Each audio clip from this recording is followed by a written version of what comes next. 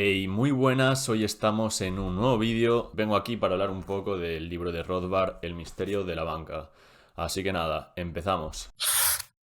Pues bien, este libro la verdad que me ha resultado muy interesante, puesto que Rothbard te explica un poco cómo funciona el dinero, no solo la banca, sino el dinero. O sea, el dinero muy brevemente, no es por ejemplo como el libro de Menger, El dinero, te hace una breve introducción, pero bueno, es lo básico para que lo entiendas, que está bien para introducirte a él, y luego te va diciendo un poco su evolución y cómo se pasa un poco del oro al dinero que tenemos hoy en día, es decir, el fiat. Claro, lo que Rothbard te cuenta también es que en este proceso lo que sucede es que se produce una especie de falsificación, ¿no?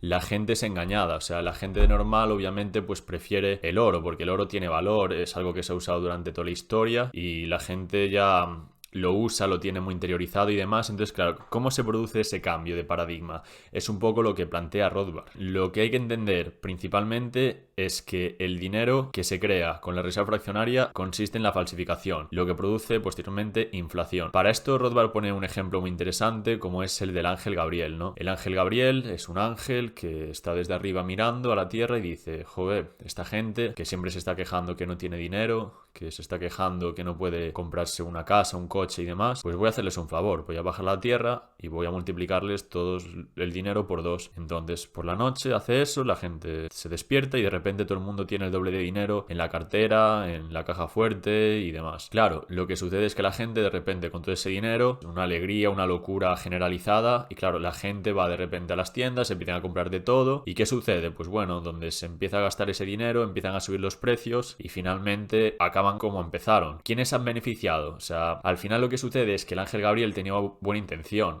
pero no sabía nada de economía. Entonces lo que ha pasado es que la oferta monetaria se ha duplicado. Al duplicarse la oferta monetaria no es que la gente tenga más dinero, tiene más dinero nominalmente, pero realmente no, porque no ha habido un aumento de la productividad que se haya llevado a cabo con esa subida mágica del dinero, ¿no? Entonces los precios comienzan a subir una vez que la gente ha gastado el dinero y al final ven que el nuevo dinero que tenían, que era el doble, ahora tiene el mismo poder adquisitivo que anteriormente. Entonces han quedado como estaban, aunque no precisamente. Lo que sucede aquí es que aquellas personas que han ido antes a la tienda a gastar ese dinero lo han gastado al precio de ayer. O sea, básicamente han tenido un privilegio sobre la gente que lo ha ahorrado y no lo ha gastado. Porque al gastarlo al principio tú te aprovechas de que aún no se ha entrado en el mercado esa oferta monetaria y los precios aún no han subido. Entonces tiene una ventaja. El ángel Gabriel en este caso habría favorecido al libertino frente al ahorrador. Lo que es muy curioso es eso, cómo funciona el dinero y cómo se consiguió esto del papel moneda que tenemos ahora, ¿no? Dice que ya empezó en China en la antigüedad y luego en otros lugares. Por ejemplo, los mongoles se lo intentaron imponer a los persas en la antigüedad, pero no se lo aceptaron. Y es que tener papel moneda, pensar que siendo el gobernante, el rey o pues el presidente o lo que sea, es un gran beneficio que tú tengas papel moneda que puedas dar a la gente que no tiene ningún valor intrínseco. El oro tiene un valor porque primero es algo que es escaso, tiene un coste extraerlo y tiene un valor de, pues por ser un metal que tiene determinados usos o se ha usado a lo largo de la historia para decoración y mil cosas más, ¿no? Entonces, claro, ¿cómo funciona este proceso? Es lo importante. Pues bien, si un rey tenía oro, si quería inflar la oferta monetaria,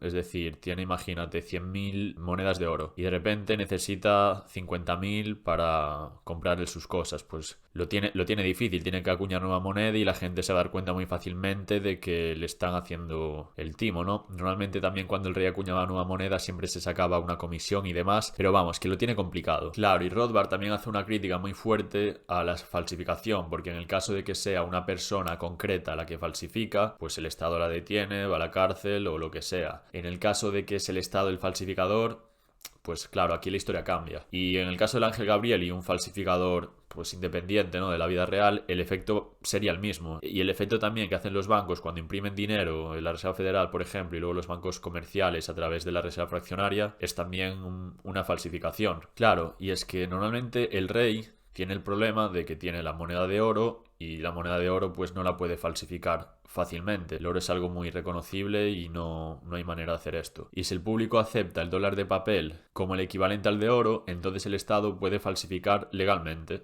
Claro, pero este proceso es fácil porque por una parte cuando se inicia normalmente el papel moneda que te dan suele ser redimible en oro. Entonces, claro, tienes un billete de 100 euros, pero sabes que en el banco también tienes la equivalencia a 100 euros en oro y cuando quieras tú lo puedes cambiar. Pero poco a poco estas cosas se van atenuando, se va suspendiendo la convertibilidad, pero bueno, siempre diciéndote que en el futuro volverá la convertibilidad, que es por algo esporádico, hasta que pues finalmente tenemos lo que hay ahora, ¿no? Porque claro, también es difícil convencer a la gente, o sea, este proceso tardó mucho tiempo. El Estado te da un papel y tú teniendo oro vas a preguntarte, pero ¿por qué voy a tener que usar yo este papel si ya tengo oro? O sea, tienes que pensar un poco como en la mentalidad, supongo que de antes. Ahora ya lo vemos muy normal, pero anteriormente, que siempre se usó oro y demás porque vas a usar un papel. Entonces, claro, una vez que el Estado persuade a la gente a aceptar esto, ya ocurre el truco de magia. Imaginemos ahora que el Estado imprime 100.000 millones de dólares para acabar la Ciudad de la Cultura de Santiago, por ejemplo. Entonces, claro, el primero en recibir ese dinero, ¿quién es? El Estado. Bueno, el gobierno, en este caso, las personas concretas que lo impriman. En este caso, esto se expande a la siguiente persona que utilice ese dinero, que sería la empresa constructora,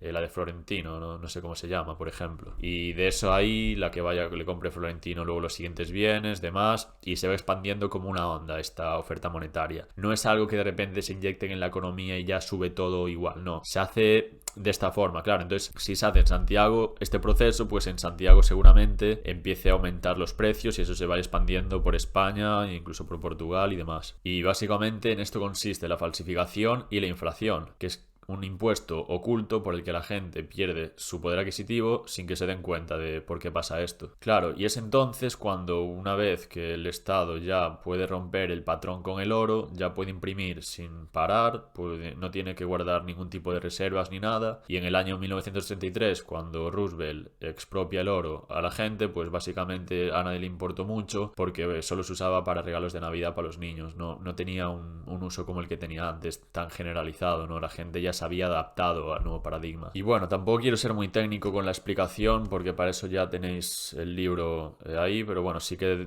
seguir dándoos un poco un breve análisis del libro. Y es que Rothbard critica mucho que el depósito de dinero no se ha considerado como un depósito de bienes fungibles, un depósito normal como todos los demás bienes. O sea, la pregunta es, ¿por qué el depósito de dinero en este caso es diferente al otro tipo de depósitos? Pues claro, aquí se da una figura pues que beneficia a los banqueros en este caso, porque lo que sucede normalmente, un depósito que suele ser como una figura, como un comodato, no como un préstamo, pero en este caso se tiende a ver como un préstamo cuando no es así. Por ejemplo, yo cuando deposito 1.000 kilos de trigo en el banco o donde sea, el banco no se suma esos kilos de trigo a su activo, él simplemente me los está guardando y yo le tendría que pagar un interés o lo que sea por guardármelos y cuando vuelva, en el momento que yo vuelva, me los tiene que dar, porque simplemente es de depósito, los guarda ahí, no los toca y demás. Pero lo que sucede es que hay un proceso por el cual los orfebres se les es depositado el dinero y claro, los orfebres que ven que tienen mucho dinero y que es un bien fungible, es decir, un bien que es más o menos similar uno al otro, ¿no? Como el trigo, son homogéneas, ¿no? No hay ninguna diferencia entre que sean